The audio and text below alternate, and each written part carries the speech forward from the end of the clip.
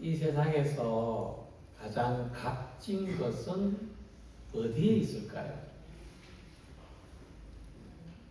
사람들은 금고 깊숙한 곳에 있거나 또 유명한 박물관에 있을 거라고 생각할지도 모릅니다. 그러나 성경은 가장 귀한 보배가 다른 곳에 있는 것이 아니라 저와 여러분들 안에 있다고 말씀합니다. 우리 안에 계신 성령께서 우리를 귀하고 값진 존재가 되게 하시기 때문입니다. 그래서 함께 읽은 말씀 17절을 보면 예수님은 우리에게 또 다른 보혜사를 보내주신다고 하셨습니다. 여기서 보혜사란 성부 하나님과 성자 예수님처럼 하나님의 성품과 능력을 가지신 성령 하나님을 가리킵니다. 그리고 주님은 말씀하십니다. 그는 너희와 함께 거하시며 또 너희 속에 계시겠음이라. 이 말씀을 깊이 생각해 보면 성령 하나님께서 우리 안에 존재하신다는, 우리 안에 거하신다는 이 사실 자체가 우리를 가장 귀한 존재로 만든다고 하는 것입니다. 귀한 하나님께서 성령님으로 우리 안에 계시기 때문이죠. 우리 안에 계신 성령께서는 예수 그리스도를 주님으로 고백하게 하십니다. 사도 바울은 성령으로 아니하고는 누구든지 예수를 주님으로 부를 수 없다고 말했습니다. 이 고린도전서 12장 3절 말씀에 따라서 우리가 예수님을 나의 구주로 나의 주님으로 믿고 부를 수 있는 것도, 하나님을 아버지라 부르며 살아갈 수 있는 것도 성령께서 우리 안에서 역사하시기 때문입니다. 그래서 성령의 내주는 우리 성도의 가장 큰 영광이며 우리의 가장 값진 보배입니다. 그런데 이 귀한 보배를 가까이서 찾지 않고 멀리서 찾는 일들이 얼마나 많은지 모릅니다. 내 안에 성령이 역사하시는 것을 경험하지 못하고 멀리서 하나님을 경험하려고 하는 것입니다. 그러므로 오늘 성령 하나님이 바로 내 안에 계시고 내 안에서 감동하시고 내 안에서 역사하시는 것을 깨닫고 성령의 내주하시는 삶이 우리의 가장 귀한 보배예요. 나를 보배롭게 한다는 것을 발견하는 우리 모두가 되시기를 바랍니다. 함께 읽은 말씀을 보면 예수님께서는 제자들에게 귀한 약속을 남기십니다. 십자가의 고난과 죽음을 앞두고 너희를 버리지 않겠다고 하십니다. 보혜사 성령을 보내시겠다고 약속하셨고 성령께서 영원토록 우리와 함께 하시며 우리 안에 거하실 것이라 말씀하셨습니다. 이 예수님의 말씀은 그냥 단순한 위로, 그냥 제자들을 안심시키려고 하는 말씀이 아니라 성령이 우리 안에 거하신다는 게 어떤 것인가? 성령이 내주하시는 삶은 무엇인가? 하는 것을 알려주시는 소중한 가르침입니다. 먼저 예수님께서는 내가 너희를 고아와 같이 버려두지 아니하고 너희에게로 오리라 말씀하십니다. 지금 제자들은 두려움 속에 있습니다. 예수님이 그들을 떠나신다고 하였고 이 세상의 위협은 점점 더 가까이 다가오고 있습니다. 그래서 제자들의 가장 큰 불안은 주님이 떠나시면 우리는 어떻게 되는가? 우리는 정말 모든 것을 버리고 주님을 따랐는데 우리가 고아처럼 버려지는 것이 아닌가 하는 불안, 두려움이 있었습니다. 하지만 예수님은 분명하게 말씀하시기를 너희는 고아가 아니다라고 하는 것입니다. 하나님께서 다른 방식으로 우리와 함께 하신다는 것입니다. 그래서 지금 우리 앞에 예수님이 육체로 계시지 아니하여도 하나님께서 다른 방식으로, 육체가 아닌 다른 방식으로 우리와 함께 거하신다는 것이 성령의 내주입니다.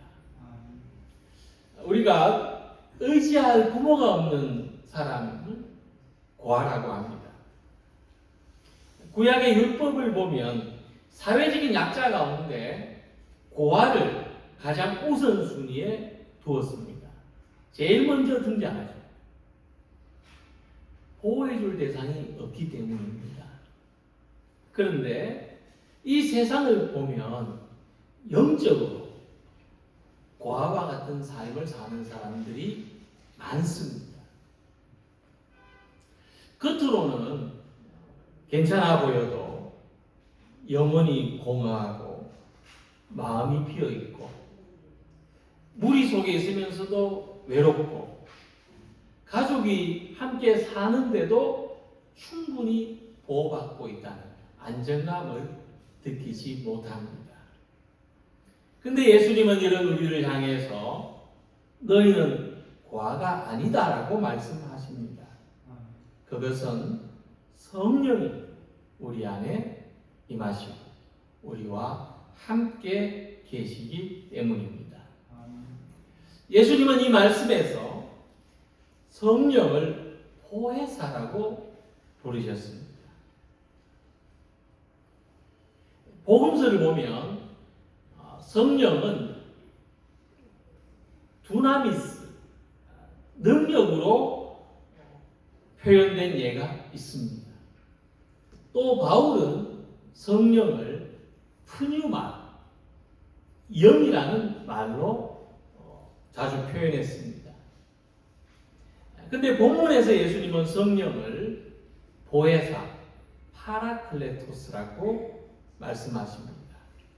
이 차이점이 뭐냐 하면 성령은 단순한 힘이나 에너지가 아니고 성령은 단순한 영적인 존재가 아니며 마치 학생 옆에 선생님이 있는 것처럼 우리와 함께 하시는 파라클레토스 하시는 인격적인 하나님이라고 하시는 겁니다.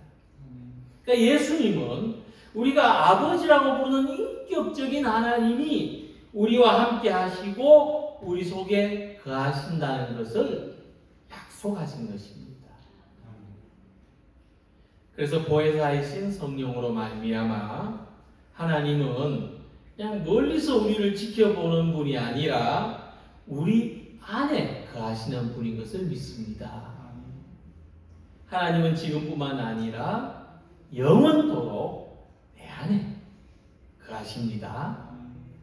영원토록 너희와 함께 있게 하리라. 이 말씀에서 우리가 큰 위로를 받습니다. 사람의 동행은 잠시입니다. 어떤 친구도, 어떤 가족도, 어떤 선생님도 우리와 영원히 함께 할 수는 없습니다. 반드시 이별하는 시간이 다가옵니다. 그러나 보혜사 성령의 동행하심은 영원합니다. 상황이 바뀌어도 나이가 들어도 건강이 약해져도 세상이 끝나는 것 같아도 우리 안에 계신 성령께서는 우리를 떠나지 않으십니다. 그래서 성령이 내주하시는 삶의 첫 번째 표지는 존재의 안정입니다. 우리가 안정된 존재로 살아갈 수 있다고 하는 것입니다. 언제나 우리 곁에 성령 하나님이 계시고 우리는 절대로 혼자가 아니라는 이 안정감을 우리에게 주십니다. 때로 우리는 사람들한테 인정받는 것을 애타게 바라고 또 세상으로부터 받는 평가에 내 존재를 의탁하고자 합니다. 내가 쓸모 있는 사람인지, 내가 정말 사랑받고 있는지, 또 내가 지금 잘하고 있는지, 이런 질문 앞에서 마음이 무너질 때가 있습니다. 그러나 성령이 내주하시면 이런 외적인 조건과 상황에 지배당하지 않습니다. 하나님이 내 안에 계신다는 것, 하나님이 나와 함께 하신다는 것이 우리의 삶을 붙들어주기 때문입니다. 우리가 이 믿음을 가지고 살아갈 때 우리는 평안을 얻습니다. 그래서 오늘 우리 자신을 외로움 속에 있는 사람, 상처받은 사람, 이해받지 못한다고 느끼는 사람, 불안하다고 여기는 사람, 이렇게 자기를 생각하신다면 성령이 우리와 함께 하신다는 이 말씀을 붙들고 나아가시기 바랍니다. 우리는 하나님의 사랑받는 자녀입니다. 우리는 버려지지 않습니다. 보혜사 성령께서 내 안에 나의 가장 소중한 보물로 계십니다. 이 약속하신 말씀 안에서 오늘도 우리 존재의 평안과 안정을 누리는 모든 성도님들이 되시기를 바랍니다. 이어서 예수님 말씀하십니다. 그는 진리의 영이라 세상은 능히 그를 받지 못하나니 이는 그를 보지도 못하고 알지도 못함이라. 그러나 너희는 그를 아나니 그는 너희와 함께 거하심이요 또 너희 속에 계시겠습니다. 세상은 능히 그를 받지 못한다고 말씀하셨는데 요한복음에서 이 세상은 예수님을 믿지 않는 사람들을 가리키고 구체적으로는 믿지 않는 유대인들을 가리키는 표현입니다. 그래서 세상과 제자들은 서로 대립각을 이루고 있는데 분명한 차이가 있기 때문입니다. 세상은 성령을 받지 못합니다. 그들은 성령을 발견할 수도 없고 알지도 못하기 때문입니다. 그러나 제자들, 우리들은 성령이 계신 것을 압니다. 성령이 내 안에 계신 것을 경험하기 때문입니다. 그래서 성령이 내주하시는 삶의 두 번째 표시는 영적인 분별입니다. 성령이 내주하시면, 성령이 우리 안에 계시면 보이지 않는 하나님을 영적으로 알 수 있게 되는 것입니다. 세상이 성령을 받지 못하는 가장 큰 이유는 눈에 보이는 것만 믿으려고 하기 때문입니다. 세상은 눈에 보이고 손에 잡히고 증명될 수 있고 계산될 수 있는 것만을 인정합니다.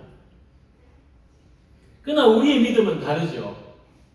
우리의 믿음은 보이지 않는 하나님, 눈에 보이지 않고 손에 잡히지 않고 계산으로 따질 수 없는 하나님을 신뢰합니다. 이 믿음이 어디서 나옵니까? 성령께서 우리 안에서 역사하시기 때문입니다. 그래서 바울은 갈라디아 5장 5절에서 말씀하기를 우리가 성령으로 믿음을 따라 의의 소망을 기다린다고 했습니다. 그래서 우리의 믿음은 성령으로 말미암는 것이기 때문에 보이지 않는 하나님을 믿을 뿐만 아니라 보이지 않는 것에 대하여 소망을 가지고 살게 하는 것입니다. 그래서 성령이 내주하시면 어떤 경험을 합니까? 말씀에서 하나님의 음성을 듣습니다. 성령이 내주하시면 복음이 우리 안에서 생명의 능력으로 움직입니다. 형식적으로 하던 기도가 하나님과 깊은 대화를 나누는 것으로 바뀝니다. 성령이 내주하시면 예배를 통해서 은혜의 보좌 앞으로 하나님을 만나는 자리로 나아가게 되는 것입니다. 또한 성령은 우리 안에서 진리를 깨닫게 하십니다. 성령은 단순히 지식을 가르쳐 주시는 분이 아니라 하나님의 말씀을 진리로 받아들이게 하십니다. 성령이 내주하시는 사람은 흐린 시야가 맑아지는 것처럼 세상을 바라보는 시각도 달라집니다. 무질서하고 혼란한 세상 속에서 이 가운데서도 하나님이 역사하시는 것을 발견합니다. 내 삶의 혼란, 무질서, 문제 안에서도 하나님이 하나씩 풀어가시고 해결해 가시고 한 걸음 한 걸음씩 인도하시는 것을 발견합니다.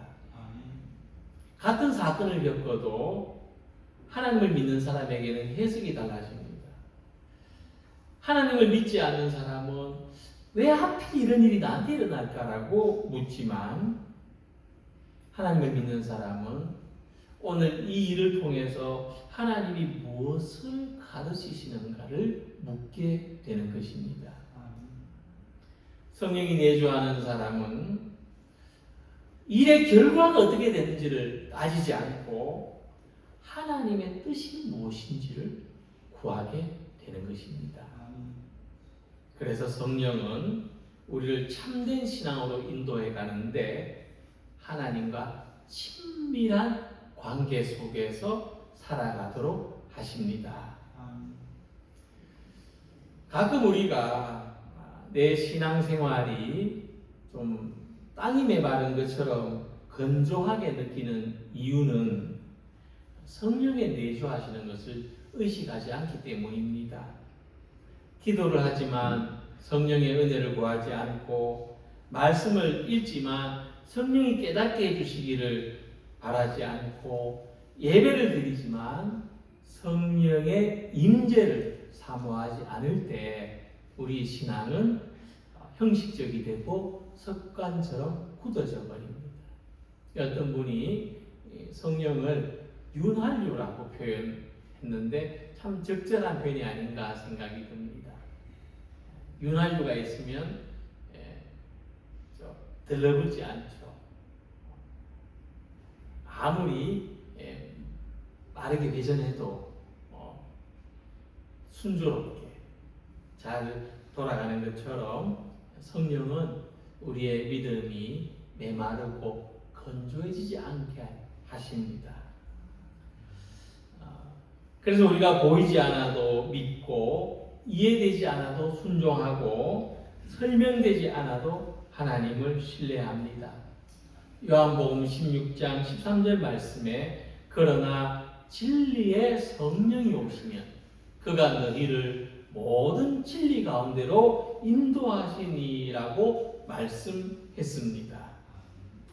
성령이 내주하심으로 우리는 영적인 분별을 얻어서 하나님이 계신 것을 압니다.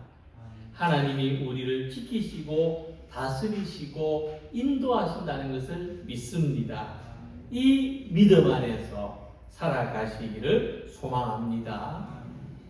그리고 예수님은 마지막으로 이렇게 말씀하십니다. 나의 계명을 지키는 자라야 나를 사랑하는 자니 나를 사랑하는 자는 내 아버지께 사랑을 받을 것이요 나도 그를 사랑하여 그에게 나를 나타내리라. 예수님께서는 이 주님을 향한 사랑의 본질이 순종이라고 말씀하십니다. 우리가 주님을 사랑한다고 말로 하는 것보다 순종으로 주님의 계명을 지키는 것이 더 분명한 사랑의 표시요 기준이라고 하는 것입니다. 그래서 성령이 내주하시는 삶의 세 번째 표지는 주님을 사랑하는 마음이 말에만 있지 않고 주님의 계명에 순종하는 삶으로 나타나는 것입니다. 우리가 주님을 사랑하지 않으면 주님께 순종할 수 없고, 주님을 사랑하면 주님께 순종하지 않을 수 없는 것입니다. 우리가 순종을 통해서 구원받는 것은 아니지만 순종하는 삶은 구원받은 사람의 증거고 주님을 사랑하는 증거입니다. 하나님을 사랑하는 증거입니다. 근데 예수님은 내가 증거를 얻어야 되겠다. 너희가 정말 하나님을 사랑하는지 나를 사랑하는지 한번 순종으로 증명해 봐라. 이렇게 말씀하시는 것이 아닙니다. 우리가 순종을 할 때에 이 순종을 통해서 예수님을 더 깊이 알아간다는 것입니다. 그렇기 때문에 우리는 어떤 강제적인 순종에 따르는 것이 아니라 자발적으로 순종하기를 원하는 사람이 됩니다. 21절에 나도 그를 사랑하여 그에게 나를 나타내리라 하는 말씀처럼 예수님은 우리가 순종할 때 예수님을 우리에게 더 깊이 보여주십니다. 예수님을 우리가 순종할 때 우리 삶에 더 친밀하게 임재하십니다. 그래서 우리가 성령의 내주하심으로 순종하는 삶으로 나아가기를 소망합니다. 주님의 말씀에, 주님을 사랑하는 일에, 주님께서 기뻐하시는 일에 자기를 드리는 기쁨을 가지시기 바랍니다.